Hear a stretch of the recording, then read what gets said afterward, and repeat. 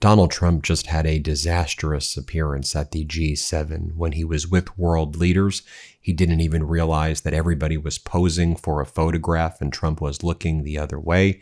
Then Donald Trump had a disastrous press conference with the Emir of Qatar and the president of the UAE, where things spiraled out of control. First, let me show you what went down when all of the world leaders who were attending this G7 were posing for the photo, and Donald Trump was like just staring at the ceiling. Let me show this to you. Let's play this clip.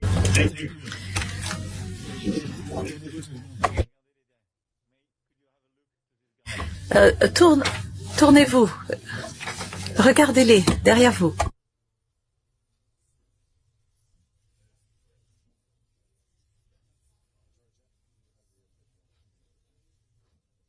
Then Donald Trump had this disastrous back-to-back press conference with the Emir of Qatar, along with the president of the UAE. Donald Trump claims that he never falls asleep. Here's what he says. What it means is that I get home later in the evening, meaning early in the morning, and I'm not a big sleeper anyway. I'll be in the Oval Office I won't lose any time in the Oval Office. Meanwhile, Donald Trump refuses to show the public what this memorandum of understanding actually says. Let me show you what just went down. Donald Trump was sitting next to the Emir of Qatar, and Trump said, "I don't believe in regime change in Iran." Let's play this clip. So, again, I don't believe the regime change. You know, I've watched regime changes for years. They never work. It has to just happen. I can tell you this is a country where the Emir is so respected and the Prime Minister is so respected by the people, and that's the way. Then Donald Trump praised the leadership of Iran as very nice people, very rational people, very strong, and very smart. They are not radicalized like the previous people, he said. Let's play this clip. Regime change, because you know better than anybody, the first group, they're all dead. The second group, they're dead. A part of the third group is gone. And we're dealing with people that I think are very rational people.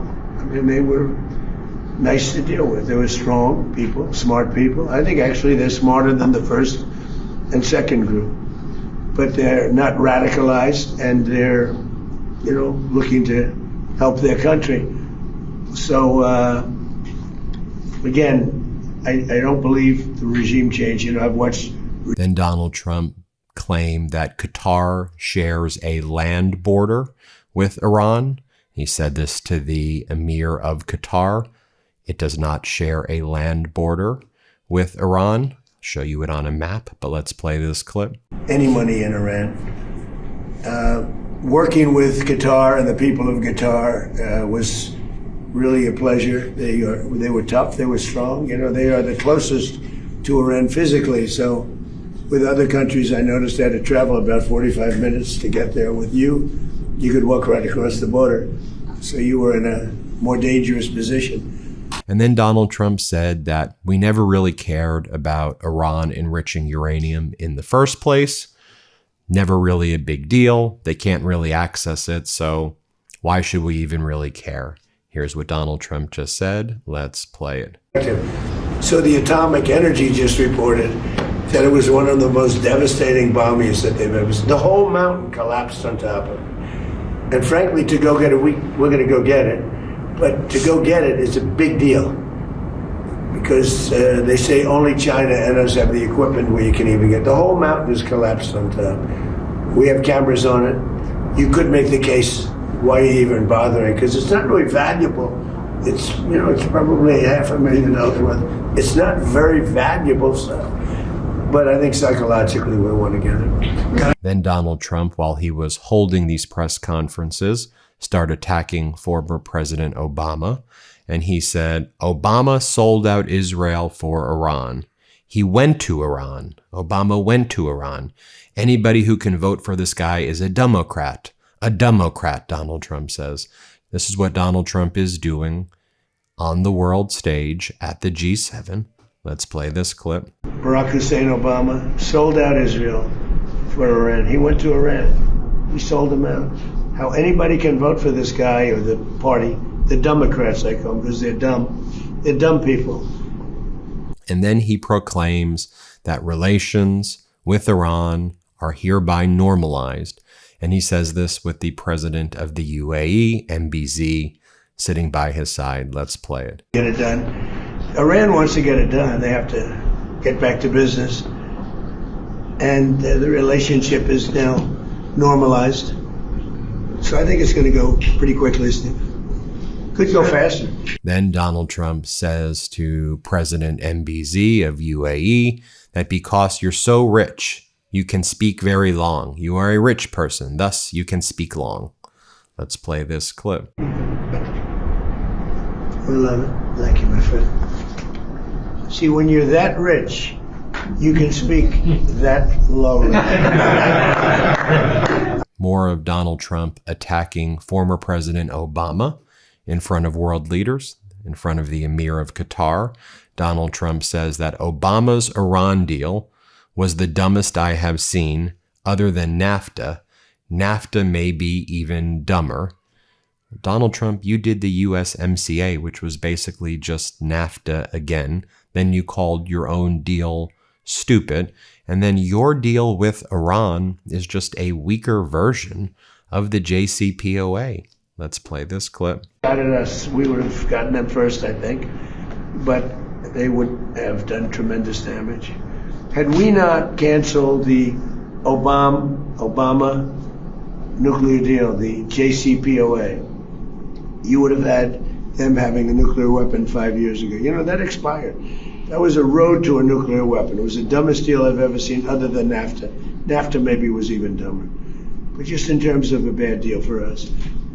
Paid them billions and billions of dollars. We pay nothing. Then Donald Trump was asked about the news this morning. I'll do another video about this in like 90 minutes. There was news that there was a 5th assassination attempt. Drones were going to kill Donald Trump this time. It was a drone attack. Remember, I predicted that that's what they were going to say on Sunday morning, right? This is what they're going with on Tuesday. I wanted to warn you in advance to show you I can call out what they're going to do a few steps ahead of them because they're kind of obvious to predict. And Donald Trump's like, I never even heard about that. Here, play this clip. Mr. President, were you briefed on the attack plans for the UFC event at the White House? There was the FBI thwarted an attack. I haven't heard about it, no. But I watched, the attack that I watched were the fighters. And he saw it too, by the way. He was sitting back home in his beautiful palace and he was watching it. And they were as good a fights as I've ever seen, right? The best fight. The best. They were. That last fight was brutal. Wow. And the all of the fights were good. The two fights. It was all good. It was a great evening. It was very different for the White House, but I wish you could have been there. We built an incredible arena. Dana did a great job. Is there going to be another fight next year, Mr. President? Well, I don't know. I got away with it because 250 years. You know. Maybe in another 50, maybe in 300. But what Donald Trump says is, Lindsey Graham and others should not be mad about me for this memorandum of understanding. The stock market is doing amazing. Isn't your portfolio booming? Stock market, everybody. Here, play this clip. What do you say to Republicans like Senator Lindsey Graham, who is skeptical of the MOU? Lindsey is skeptical? Yes. I'll have to talk to Lindsey. He'll be in big trouble. Lindsey's good. Lindsey's fine. He's not skeptical. He's just fine. Look, this agreement covers something very nicely. We're not paying for anything. We're not doing anything. The markets now are higher than they were when we started. Remember that. The stock market now is 2,500, maybe even more than that, points higher than it was when we said it's pretty amazing. Donald Trump is then asked additional questions about the deal. And then Donald Trump says, without the United States, there would be no Israel. He just admits it. Let's play this clip. Relationship. Without us, without the United States, there would be no Israel. Without me, there would be no Israel, because no other president was willing to do what I did. I've had a great relationship with Bibi, but now Bibi has to. And why not release the text of the deal, Donald? If you're really proud of this, why don't you just show it to everybody? And Donald Trump's response is, I'm going to do it. I'm going to do a press conference about it.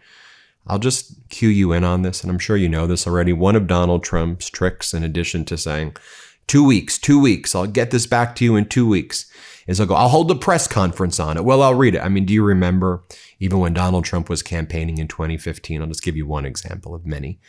When people were questioning Melania's immigration status, remember what he said? I'm going to hold a press conference about it.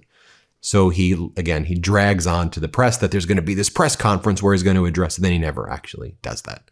Here, let's play this clip. Just in the text of the document, why not release the topic? Oh, I will. Why not release it Well, before because press?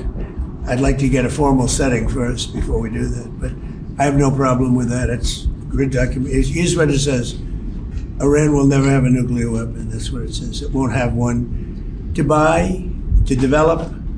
They will not have a nuclear weapon. And I would say that's about 99.9% of what I wanted, because we couldn't let that happen. You couldn't let that happen. And they won't have a nuclear weapon. Now, in addition to that, the Strait is going to be open toll-free. And it's toll-free beyond the 60 days. It's not, somebody said, oh, it's toll-free for 6. No. It's toll-free, period. When it opens permanently, it'll be toll-free. I want to congratulate our Navy, because the naval blockade was unbelievable. But I'll not only release it, I'll probably have a press conference and read it to you word by word so that the press covers it accurately, because it's a very important document. Instead, he sends out J.D. Vance this morning, and J.D. Vance says, in this deal, we commit to nothing. Okay, then it's not a deal. It's a memorandum of understanding. And if your memorandum of understanding means that you commit to nothing, first off, that's not what we've heard about the text. It seems that you're committing to paying Iran billions and billions of dollars and making other concessions that weren't in Obama's deal. But if you commit to nothing, then there's really nothing that is a deal, because a deal is literally a commitment to do things, consideration. That's the very nature of a deal. Let's play this clip. But here's the option for Iran. If you learn the right lessons from this, and if you change the way that you react and respond to the United States, option one is we're going to change the way that we respond to you. We're going to have a better relationship. But if they choose option two, which is we're going to continue to try to pursue a nuclear weapon, then nothing that we don't commit to doing anything as part of this deal. So the United States wins either way. What the president is trying to do is actually extend the hand of peace and say, if the Iranian people want greater prosperity, then their leadership has to step up and change their behavior. If they do, great. If they don't, the United States has already gotten a lot from what we need. Then Donald Trump is asked, how can we make sure the Strait of Hormuz is open in the future? It was open in the future. It was open in the past before you. And Donald Trump, first off, he's like very weird with this reporter. He's like, you're so handsome and so good looking. This is such a good looking man. That's what Donald Trump says to the president of the UAE, MBZ. And then Donald Trump says, in order to get it open, you need a strong president, a strong president. You are a weak president because it was closed under you and it was opened under every other president. Play this clip, and I want to make an important point and show you something. Here, play this clip. Yes. Regarding this, What a nice looking person. Is he from your See that? country? Yeah. Is he from your country? Absolutely. No, he's got such a nice way about him. My people are so mean. Look at him, a handsome guy. Can put him. Be careful. Huh? No, I can put him in a movie right now. Go ahead. Mr. How can we make sure that Strait of Hormuz is lasting for open for lasting and navigation in the future? Have a United States with a strong president. It's the only way you can do it, I guess, when you think we have all the agreements you want. The agreements for bad people don't mean anything. Look, we were the ones that blockaded the sheet. They blockaded it, and we then said, well, we blockaded it for them, so they didn't get any oil. You're going to need to have, and this is true with a lot of things, if you have a strong president of the United States, a lot of good things can happen. You know that better than anybody, right? Absolutely. You know it better than anybody. Stability with the Middle East. It brings me to my thesis after showing you that clip, right? Which is Donald Trump's solution for everything is just fraud. Paint it blue, paint over the problem and pretend you fixed it, or paint over something that was working and then claim that you've built something when literally all you've done was paint over, and often painting over makes the situation so much worse. So I'll just show you this photo from this morning, this video rather.